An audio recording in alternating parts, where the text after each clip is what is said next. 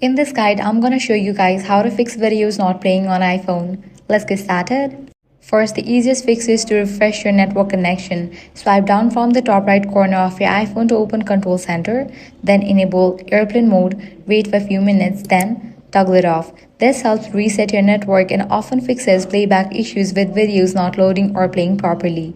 Next up, launch settings. Navigate to the option Apps. From the list of apps, find Photos. Launch it. Inside this, you're going to find this section of Transfer to Mac or PC option. Here you will see two options, Automatic and Keep Originals. Select Keep Originals, as this can help fix issues related to video compatibility or loading problems, especially with high quality videos or iCloud content. If the issue still continues, the final step is to restart your iPhone. Simply press and hold the power button or use the shutdown option from the control center. Then turn your device back on after a few seconds.